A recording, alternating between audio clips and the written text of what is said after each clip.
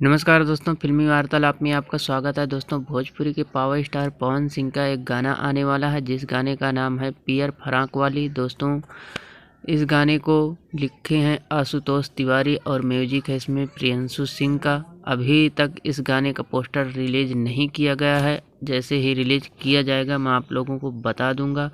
और आप लोगों को बता दूं कि इस गाने को रिलीज कब किया जाएगा। तो दोस्तों, इस गाने को रिलीज किया जाएगा MMB रिकॉर्ड यूट्यूब चैनल से। इस गाने को 24 तारीख को रिलीज किया जाएगा। तो दोस्तों, गाना बहुत शानदार होने वाला है।